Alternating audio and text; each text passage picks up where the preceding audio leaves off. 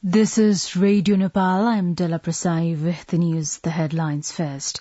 Socialist Front forms 4-member task force to formulate the front's policies and programs. Narayangad-Mugling Road opens for two-way traffic after 9 hours of halt. District Administration Office Boitadi urges people residing in Mahakali Riverside to adopt caution as Thauli Ganga Hydropower Project dam is to be opened, and at least 16 people die and dozens more injured in clashes during the municipal polls in West Bengal.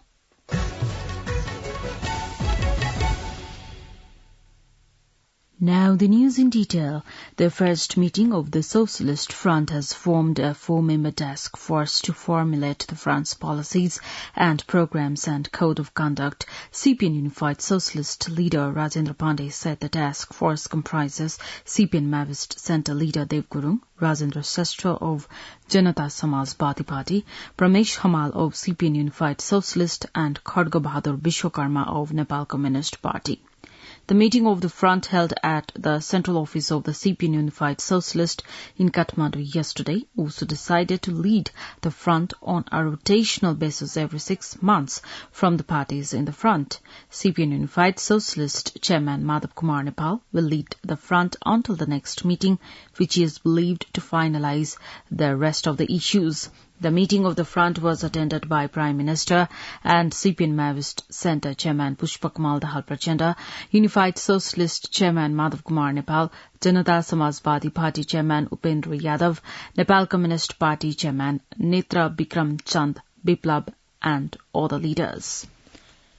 The Narayangad-Mugling road section has opened for two-way traffic after the landslides. Debris was cleared.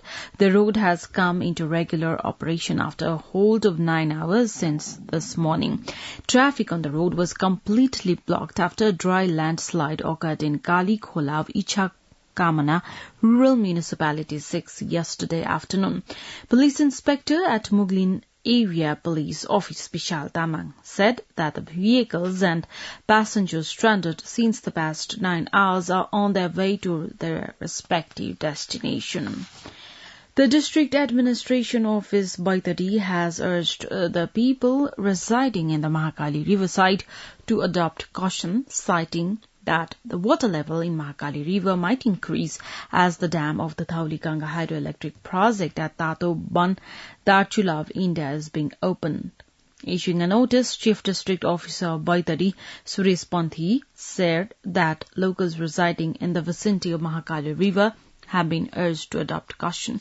He said information was received from Thauli Ganga Power Station that the sluice gates of the dam would be opened at any time as water flow in the project reservoir was increasing day by day due to rainfall.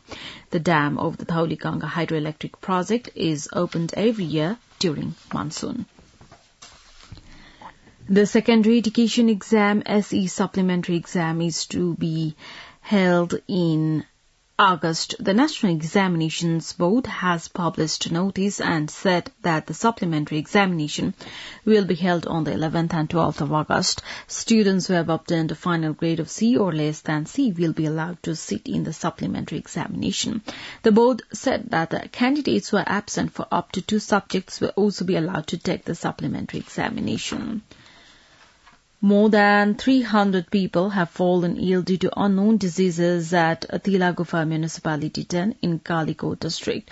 A medical team from the district hospital and Tilagufa Municipality Hospital reached Rudo village on Friday after receiving information about the spread of an unknown disease. Information officer at the district public health office, Katak Mahat, said the medical team had distributed medicines after conducting health tests of the patients. The patients are said to have developed different symptoms including fever, throat pain, headache, tonsillitis, rashes on face, swelling limbs. Vice Chairman of the National Planning Commission, Dr. Min Bahadur Shrestha, left for China yesterday to attend the Global for Shared Development Forum being held in Beijing. The event will have ministerial level participation from 20 different countries. The forum features a participatory and global development agenda. Vice Chairman Shrestha is leading the Nepali delegation. He is scheduled to call on the Deputy Minister of Chinese Development on Sunday. Chairman of Rashtriya Swatantra Party, Ravi Lamichhane, has said his party would work for people by keeping their agenda in the centre. Addressing the Tarkeshwar municipal gathering of the party in Kathmandu yesterday, Chairman Lamichhane said his party and leaders were always ready to respond to people's queries. Chairman Lamichhane added that his party would participate in the 2084 Bikram Sambat general election without forcing an alliance with anyone. You are listening to Radio Nepal 8 AM English News Bulletin. We continue with the international updates now. At least 16 people have been killed and dozens more injured in clashes, according to media reports, during the municipal polls in West Bengal.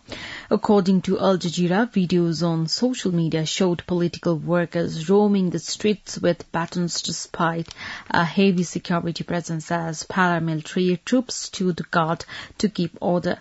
Ballot boxes were snatched and satellite outside polling stations in many places, according to reports, as rival parties blamed each other for the chaos.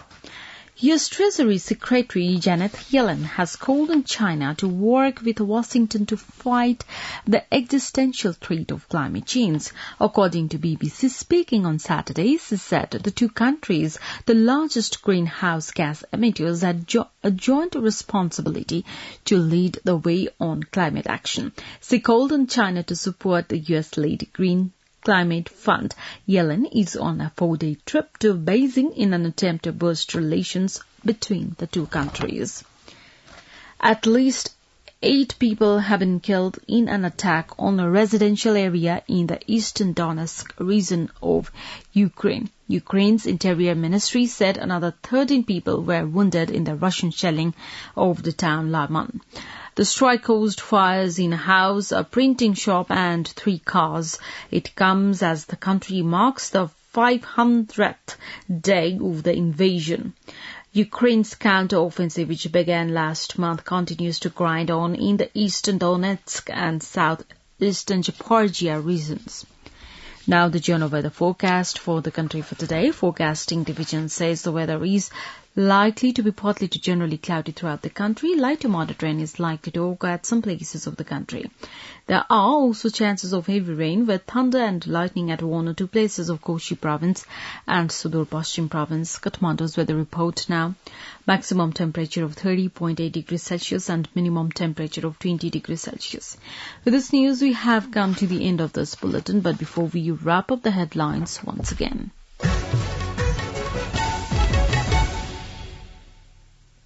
Socialist Front forms 4-member task force to formulate the front's policies and programs.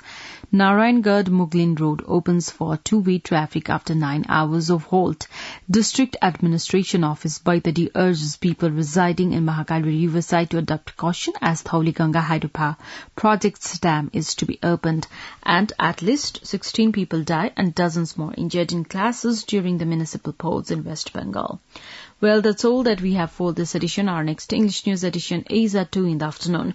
You can also listen to us online at our website www.radionepal.gov.np for more news and online programs. Stay tuned, stay safe and have a good day.